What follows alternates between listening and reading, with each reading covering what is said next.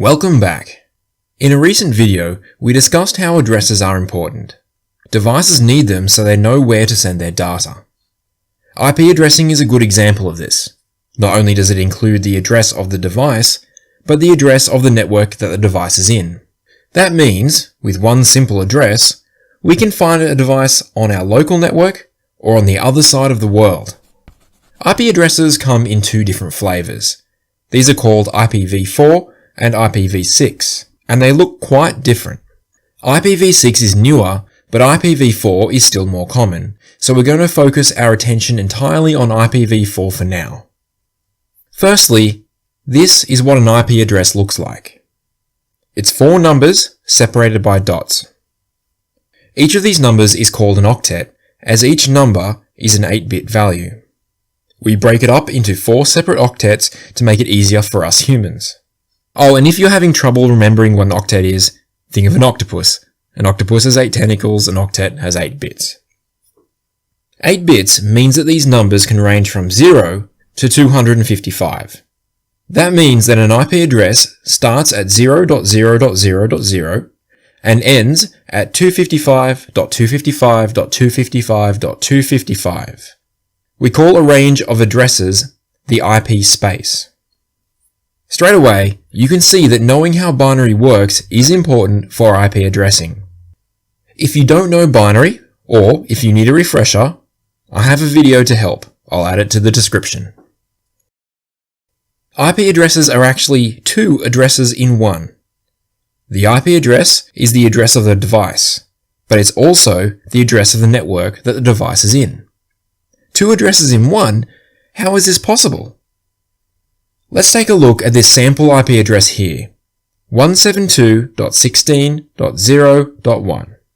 The first part, 172.16, refers to the network. The second part, 0.1, is the host address. Don't worry, I'll get to explaining how we know the difference between the two soon. All the hosts here that start with 172.16 are in the same network. If we add more hosts, and the IP addresses start with 172.17, then this is a different network. If hosts in different IP networks need to communicate, then there will need to be a router between them.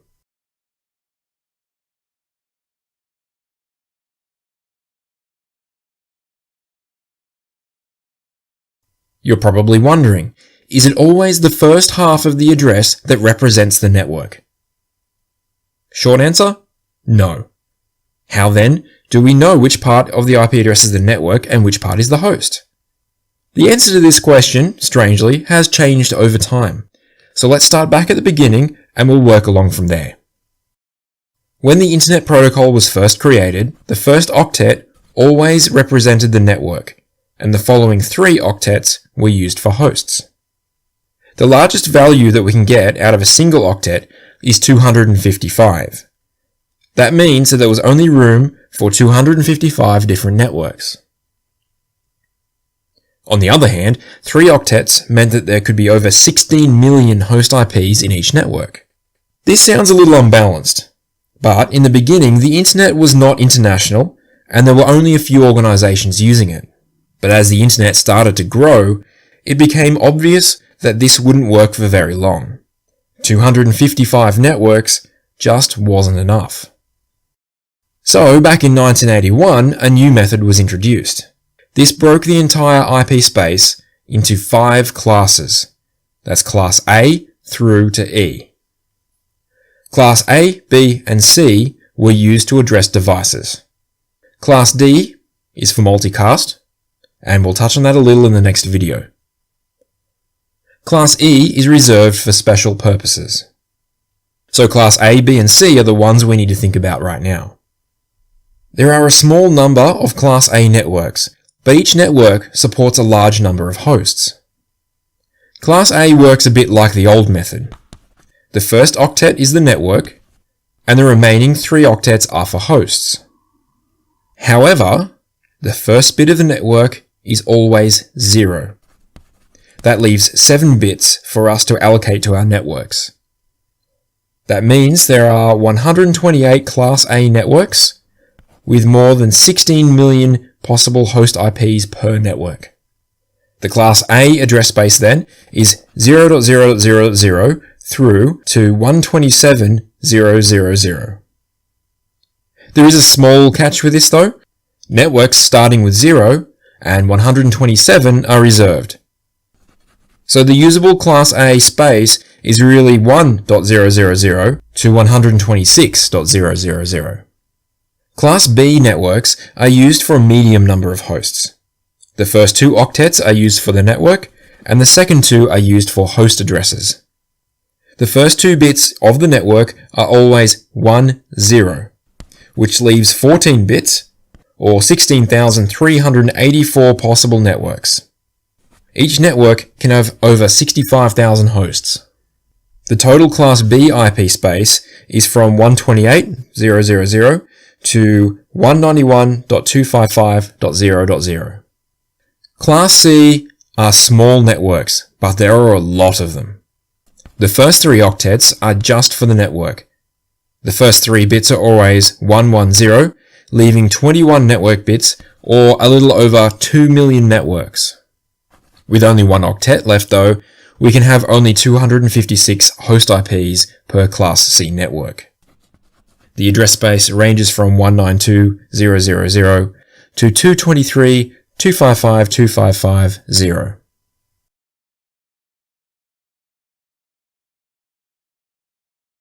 We can show this as an equation. The number of networks is 2 to the power of n. N is the number of network bits.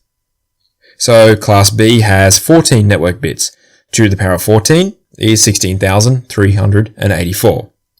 The same is true for hosts. Class B has 16 bits for hosts. 2 to the power of 16 is about 65,000. Time to look at an example. If device 172.16.0.1 wants to send a packet to 172.16.0.2, it starts by looking at the first few bits of the destination IP address. As the first 2 bits are 10, it knows that this is a Class B address. It can then assume that the first 2 octets are the network and the last 2 are the host. It sees that the destination network is 172.16, which is the same as its own. As they're in the same network, it can send traffic directly to the destination. Now, what if it wants to send a packet to 172.17.0.1? It does the same thing, and it determines that the destination is on the 172.17 network. This is different to its own network, so it can't send traffic directly. It needs to send traffic to a router first. Take the practice session from before a step further.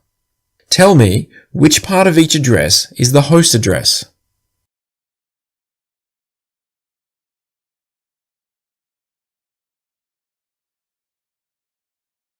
As the internet started to grow, and we introduced something new, the subnet mask. The subnet mask is also made up of 4 octets. This lines up with the IP address bit for bit.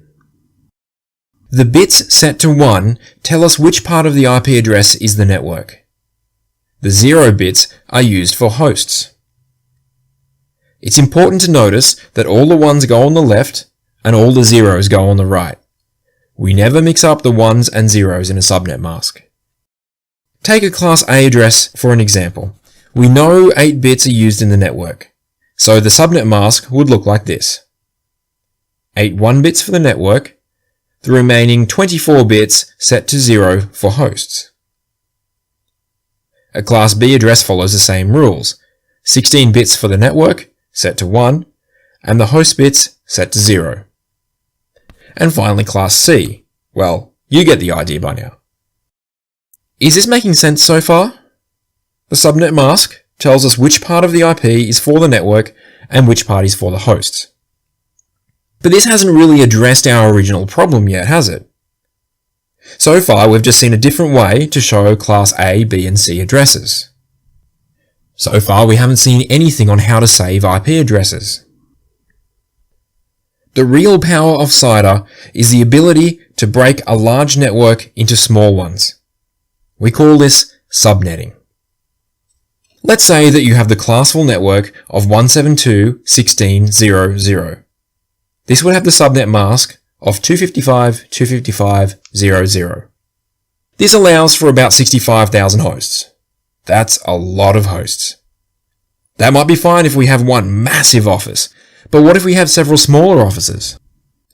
Do we want to allocate 65,000 IPs to each office? That seems like overkill to me. So instead, what we can do is we can break the Class B network using our subnet mask. We may decide to use 255.255.255.0 instead. Now, our large office network has been broken into 256 different subnets. Why 256? Well, our subnet mask is now using an additional 8 bits for the network. The largest 8-bit value is 256. Now we can allocate 256 host IPs per network, which is far more reasonable when we have a few small offices. If we want to communicate between our subnets, just like before, we will need a router. Let me take a moment to make sure that I'm clear on this. Devices in the same subnet must be in the same IP network.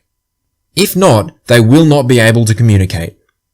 Likewise, if devices in the same subnet are separated by a router, they will also not be able to communicate. I'd like to challenge you to think this through for yourself. Take the 172.16.0.0 network with a subnet mask of 255.255.0.0. If we broke that network up by using the subnet mask of 255.255.240.0, how many subnets do we have? How many host IPs per subnet are there? If you're taking notes, you've probably noticed that it's a pain to write down the subnet masks all the time. To make things simple, we have what's known as CIDR notation. Take 172.16.1.0/24 as an example. The /24 is the subnet mask written in CIDR notation. This means that the first 24 bits of the subnet mask are turned on. It's that easy. We will be using CIDR notation more and more from here on, so try to get more comfortable with it. See if you understand by testing yourself with this example. We have two /24 networks. These are joined together by a small /30 network. A device in network A is unable to communicate with a device in network B. Why are they unable to communicate? Classful is an older method of networking, and subnetting is newer. So why are we even talking about classful networking? Hasn't it been replaced? Yes, it has been replaced. But for one, if you're doing an exam, you may still find exam questions that refer to classful addressing. We also have some remnants of classes in everyday networking. Think of when you set an IP address in Windows, for example. If you configure an IP of 10.8.6.2, Windows will automatically give you the subnet 255.0.0.0. It's assuming classful networking. And while we're mostly classless now, a lot of people tend to think of subnetting as starting with a classful network and breaking it up from there, which is not always strictly true. Sometimes we may have a few small networks and we decide to join them together. This is called supernetting. For example, we may have 192.168.0.0/24 and 192.168.1.0/24. If we want, we can join these into a single network, 192.168.0.0/23.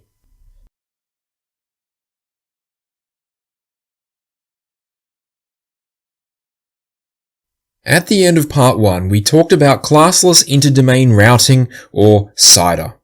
That's where we use a subnet mask to break a network into smaller, better-sized subnetworks.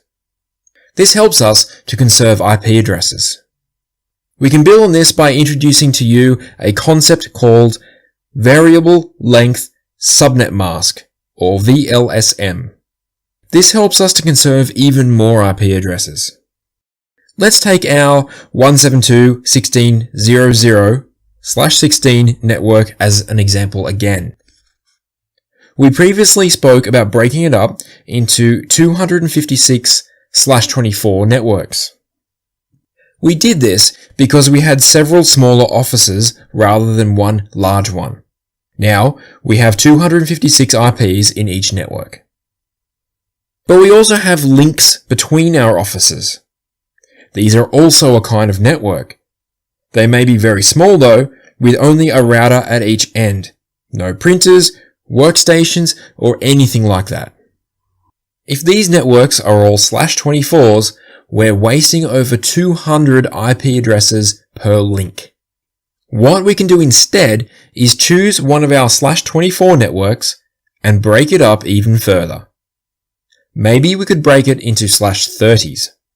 A /30 network uses 30 bits for the network and 2 bits for the host. That's 4 IP addresses in each network. This allows for our 2 routers with 2 IPs to spare. I'll talk about why we're keeping 2 spare a little later on. Now, our original network, 172.16.00/16, has been broken into subnets of different sizes. Some are /24s and others are /30. And that's all VLSM is. It's creating subnets of different sizes. All the IP addresses that we've spoken about so far are addresses that are assigned to devices. As you know, these are also called host addresses. Often our devices only want to send traffic to one other device at a time. This is called unicast traffic. You can think of this as being in a room full of people and you single one of them out and you have a conversation with only one person and ignore everyone else. But that's just common sense, right? Isn't traffic always between 2 devices? No, not always. Sometimes a device will want to send a message to every other device in the local network. This may happen if it wants a particular resource, but it doesn't know where it is. It may broadcast a message asking, "Who owns this resource?" or "Where can I find this?"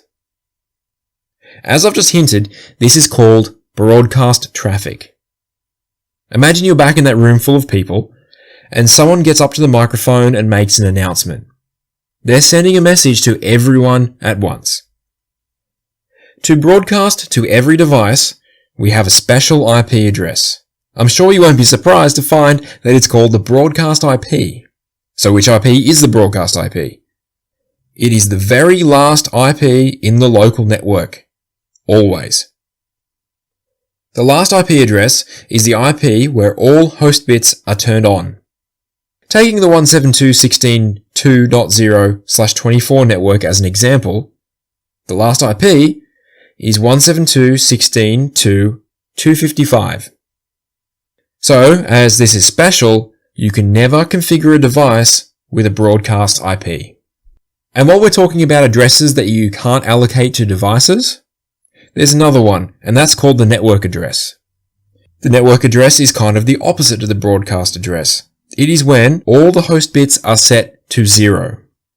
So, 172.16.2.0/24 is a network address. Remember just a few minutes ago when we said we can use a /30 network between our offices? I said that we would need 2 addresses to spare. That's because of the network and the broadcast addresses. A skill you will want to develop is working out what these addresses are in any network, as well as how many addresses you can actually use. Let's take an example. You have a device with the IP 172.16.0.10/24. From the /24, we can see that the first 3 octets are the network and the last octet are the host bits. If we set all host bits to 0, we have 172.16.0.0. That's the network address. If all the host bits are set to 1, we have 172.16.0.255. That's the broadcast address. 8 host bits mean there is a maximum of 256 addresses. We subtract our 2 special addresses and find that we have 254 usable IPs on this network. Now that's not too hard to work out on a /24 network, but when VLSM enters the picture, it can get a little more complicated. Imagine that a device has an IP of 10.42.37.12/22. This is a much more complicated example. While you can sit down and work out all the different ones and zeros, there's another method that many people find easier, and it's called the magic number method. We start with our IP address and we work out the subnet mask. A /22 has 22 ones, so we get to a subnet mask of 255.255.252.0. Now find the octet in the subnet mask that we need to work with. It's going to be the one that's got a mixture of ones and zeros, so the third octet in our case. Subtract this value from 256. For us, 256 minus 252 is 4. Now we need to know the value of the third octet in our IP. That's 37 in our case. We count by 4 until we find the numbers that are next to the value of the third octet in our IP. That means we want the numbers immediately smaller and larger than 37. If we count by 4, that's 36 and 40. 36 is the start of the network. That gives us the network address. 40 is the start of the next network. So we can go back one IP and that gives us the broadcast. We know there are 10 host bits. That gives us 1024 IP addresses. Subtract our 2 special addresses and we have 1022 usable IPs on this network. Now that is a lot to take in. Go over it a few times and practice. In fact, try a few right now. See if you can work out the network address, the broadcast address, and the number of usable IPs for these networks here. We know that the router helps to get traffic from one network to another. We also discussed how a device knows when to ask the router for help. But how do devices find the router? How do they know where to send their traffic when they need help? When we configure an IP address on, say, a Windows machine, we will also configure a default gateway. This is the local router's IP address. So, when a host has no way of sending traffic to its destination on its own, it will forward it to the default gateway. Some devices call the default gateway the gateway of last resort. I kind of like this term because it really shows us what this IP address is for. If a host runs out of options to handle the data itself, as a last resort, it sends it to the local router. Let's go back to broadcast traffic for a moment. I said earlier that the last IP address in the subnet is the broadcast IP. It's not the only one. There's another special IP used for broadcasts. It's 255.255.255.255. It's different in that it doesn't care what the local subnet is. It basically says, I don't care what network you're on, send this traffic everywhere. There are times when this is useful. One case is when a host is starting up and it doesn't have an IP address yet. We'll get into this a bit more later, but one option is to use a special server to give the host an IP address. But the host doesn't know where the server is yet, so it sends out a broadcast to 255.255.255.255 asking for an IP. So while it's useful, there are also some downsides to broadcasting around like this. Routers are made to forward traffic between networks. So what would happen if they received a broadcast? Well, the larger network could get flooded with broadcast messages.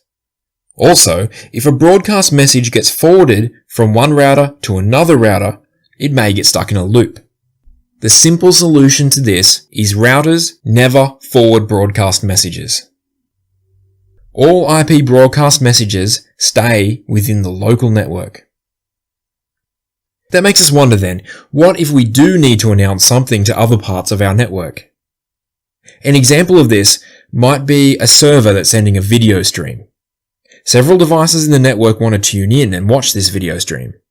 One option is perhaps we could send video traffic to each device individually. That's the unicast traffic we discussed before. Unfortunately, that's inefficient because we would need to duplicate this traffic for every single recipient. Broadcasting is no good for 2 reasons. First, not all devices want to receive the stream. I mean, what would a printer do with a video stream? Second, broadcasts don't get past the router. So other subnets would not be able to receive the traffic. The way we make this work is with a technology called multicast. Multicast uses special IP addresses. We mentioned this back in the last video when we spoke about Class D. These addresses range from 224.0.0.0 to 239.255.255.255. We won't get into much detail here, but basically multicast is a way for devices to opt in to receiving certain traffic. The video server sends traffic to a multicast IP, and other hosts look for traffic sent to that IP. Routers also forward multicast, so the traffic can reach the networks it needs to get to. So imagine you're back in that room full of people. If all of you broke out into small groups and you spoke to your small group while ignoring everyone else, then you're multicasting. This is a lot of information to take in, so see if you got it all. We just spoke about 3 different special address types. Can you remember what they are and how they work?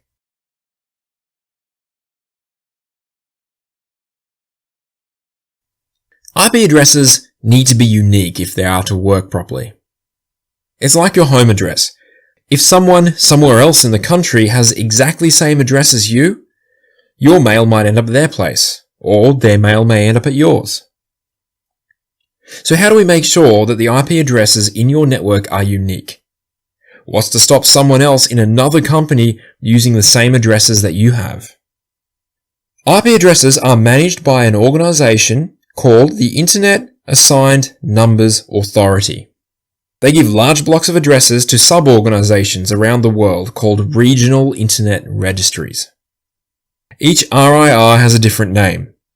The one that we use here in Australia is called the Asia Pacific Network Information Center, or APNIC. The RIRs then assign blocks of IP space either directly to you, if you're a large enough customer, or they'll also assign blocks to internet providers. Then ISPs, the internet providers, will give some of their space to the smaller customers. While this process is a necessity, there are some problems we'll face. If you want to create a new network, you may need to get more IP space, and that can really slow you down. Also, we use up IP space very quickly. As we have already seen, we run into problems when we run low on IP addresses. So, to address these issues, in the mid-1990s, a standard called RFC 1918 was released. If you're not familiar with RFCs, they're standards that describe how certain internet technologies work. I'll include a link to one of them if you're interested, but be warned they're very detailed and sometimes quite complex, so don't feel obligated to have a read. Anyway, this particular RFC says that some IP spaces are now reserved for private use. You can use these IPs in any way that you see fit within your local network. All other IPs, these are the ones that are assigned to you or to the ISP, are called public IPs. Remember these IPs, the ones you see on your screen here, you will see them a lot in your daily life. But there's something interesting about these addresses. They are not allowed on the internet. Why? Well, this prevents us from overlapping with any other company that is using the same addresses. It also conserves IP addresses, as we don't need to use so many public IP addresses anymore. But if they're not allowed on the internet, how do you get access to the internet? Even with private addressing, you still use some public addressing. At the very least, your internet provider will give you one public address.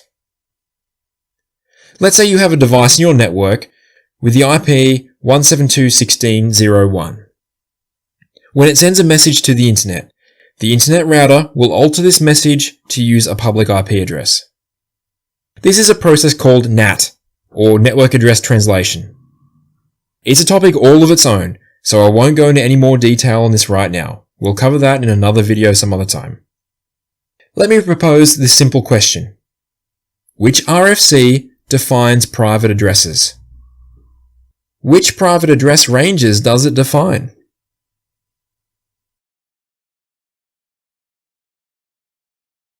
We'll now take a moment to talk about how devices get addresses. There are 2 main ways, and one less common way. First, you can log into a device and configure an address. This is called a static address as it doesn't change unless you manually reconfigure it. When you assign an IP address this way, you need to choose the address and you need to make sure it's unique. If two devices end up with the same address, we'll have an IP conflict, which causes us all sorts of problems. You will commonly use this method for devices like routers and some servers, devices whose addresses should never change. The second method is to set addresses dynamically with a DHCP server.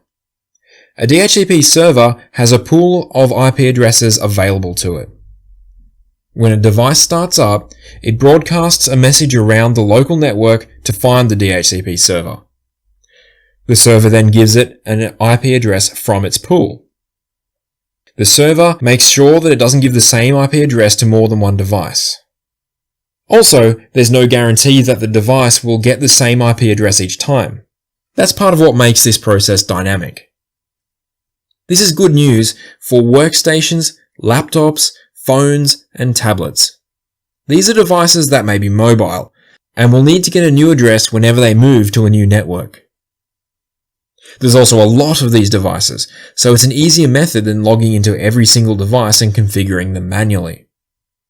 Now the third method, it's a little unusual. It's called automatic private IP addressing. And as far as I can tell, only Windows uses it. The basic idea is, you don't statically set an IP address on this machine. The workstation starts and sends a broadcast message to find a DHCP server. However, it doesn't find one. This is when APIPA, did I get that correct? APIPA, yep, that's right. Now, that is when APIPA kicks in.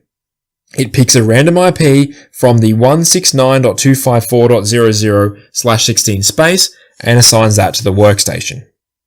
This kinda has its uses. Perhaps on a small network, if the DHCP server fails, then devices can still reach each other. They won't know what their default gateway should be, so they won't be able to reach other networks or the internet, but at least they can reach each other. Personally, I would not recommend relying on this method.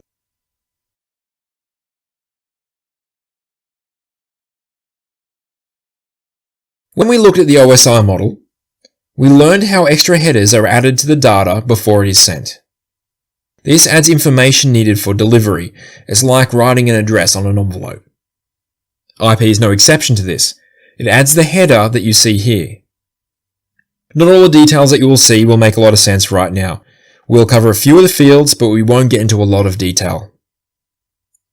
For now, the two important parts that you need to know are the source and destination fields. And they're pretty self-explanatory. The version field is also easy. It's either for IPv4 or IPv6. Now, this is where it gets interesting. Sometimes a packet is too large for a particular device. So, the device will break the packet into smaller packets and send each of them individually. This is called fragmentation. So, this field here, the fragment offset, tracks the order of these fragments so they can be reassembled in the right order at the destination. But sometimes we decide we want to prevent fragmentation altogether, and we can do that by using the flags field. Here's another interesting one. Remember earlier I said that broadcasts could go round and round and round in circles if routers didn't stop them? Well, the same could happen to other kinds of traffic. So to deal with this, we have this time to live field. The device sending the packet sets a value in this field.